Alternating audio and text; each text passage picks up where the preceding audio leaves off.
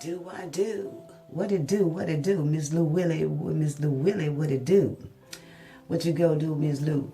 But listen, I'm going to be brief. How are you? Well, great. I just want to be brief. I want to make this short little video for you, and as I said as well as hello, how are you? Well, great. But I'm going to try to be brief. I just had a few little things that, you know what I'm saying, I just really wanted to confess to you. And, you know, the new season is coming in. We're in a new season, and the new year is coming in, 2020. And, you know, I'm just getting ready now, you know, to flush my system of all things or whatever, you know, just the technicalities about how you feel or whatever, and some things that's already been in your chest.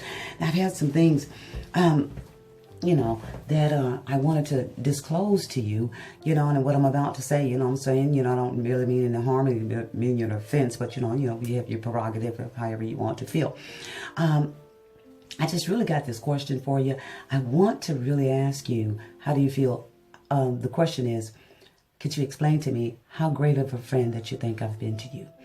Are to you, been to you, or is to you? If you could answer that question for me. But actually, I'm going to go ahead and answer it for you. I believe that I've been the utmost and undoubtedly great friend to you. Okay, because a friend is still closer than a brother.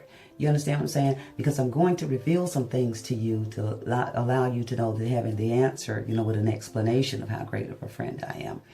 Okay, because I'm about to reveal some things that I've held dear to my heart and ultimate secrets for some years, about 10 to 15 years that we've known. Well, to begin with,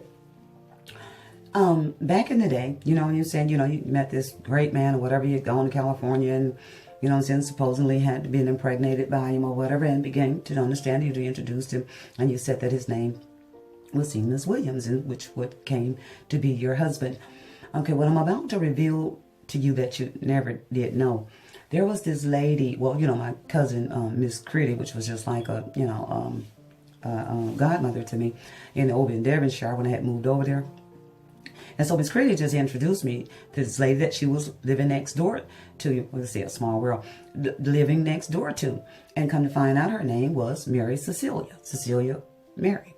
So, and I just didn't even know the lady or whatever, and we got very acquainted with each other. I used to go over there and kick it with her, but the first time I ever gone over there, and I got to know her, she was a really, really sweet lady, Miss Mary was, well, Cecilia. And then I had noticed on her wall was this beautiful portrait of a wedding picture. And undoubtedly, I, you know, made a very compliment. And I said, oh, that's such a beautiful picture. But I kept saying into my mind, I kept saying, I've seen this man somewhere before. But she went on to tell me the story. She says, yeah, that's my, well, ex-husband. She said, I really did love him. She says, well, I said, your ex, y'all not together anymore? She says, no. She says, unfortunately, you know, he had met somebody else, or this woman. But she never really revealed the name. I know she did, and after a while, she says, yeah, he got hooked up with this woman, a girl named Luszcilli. Okay, and at that moment, I just went kind of blank.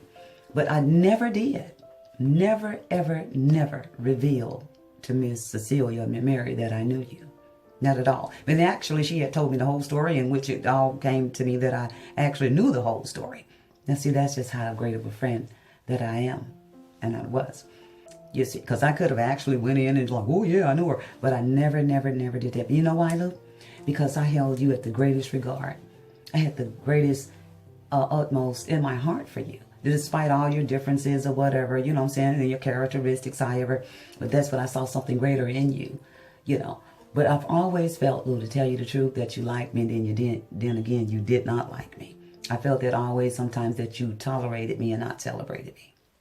You know, but yeah, she revealed the whole thing. I never, never, never, to this very day, she didn't know that I knew you, and you didn't know that I knew her. And I held that as a secret. Yeah, for all these years. That's how great a friend that I am. And then on another note, come to find out that, you know, Asica's daddy, I forgot his real name, but we call him Hickadoo. Hickadoo was actually, I think on down the line, was Miss Mary's boyfriend. Okay, never did reveal that to you either. He used to be over there pretty much, I've never seen, but I've had heard through the grapevine. And another thing, out of all the talk that was been done, even your brother even said some things to me that you've said. And then somebody came in and said some things that you said. Never did bother me, and I yet continued to be, you know, around you, and we was yet still kicking it. Never, never did. Now see, that's a friend. You see, out of all that time, you never knew that I knew. But then when things began to happen to us and we began to question it in the spirit realm, because like you said, reaping and sowing, and then we kind of understand that's where, kind of Willie comes in at. When you could understand in the depth of why he did that, because it's reaping and sowing. Sometimes we're having to reap what we sow.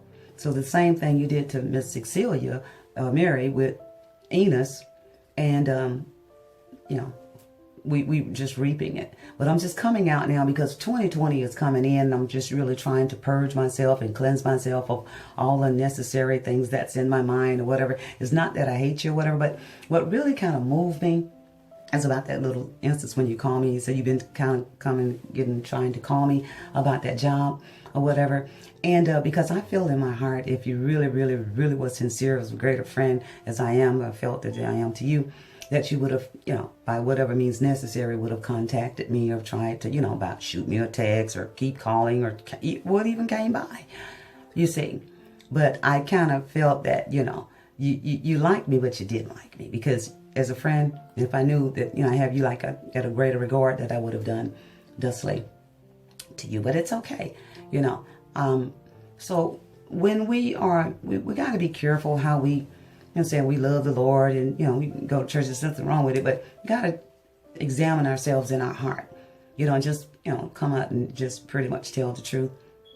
But I just really wanted to know that, let you know, to be aware of that.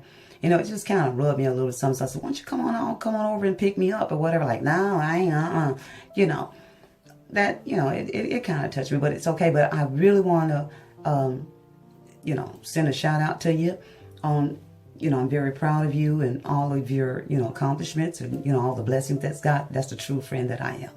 You know what I'm saying? Even though you are in the palace, but yet I'm getting ready to go into mine, is to own it. You know what I'm saying? But if by chance, we should ever cross paths again or whatever, and the good Lord say the same, and the creek don't rise, and you should, kick it with me. It's like I said, but sometimes people go with people on their journey and, not into a destiny. But then again, I just really want to say, may God bless you. I still love you. And I hope that they don't have no hard regards about it. But some things, we having to weigh out. I'm a peacemaker, not a peace breaker. And besides, all this little stuff that, you maybe got a little offensive because I might have not got a chance to call you back.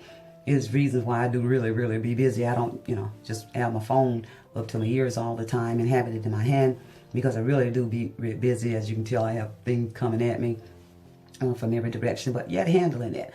But then again, I really, really, really want to confess, if I don't get a chance to see you again in this lifetime, I hope to see you on the other side.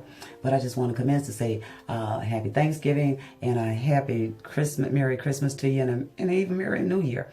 But then again, may God bless you.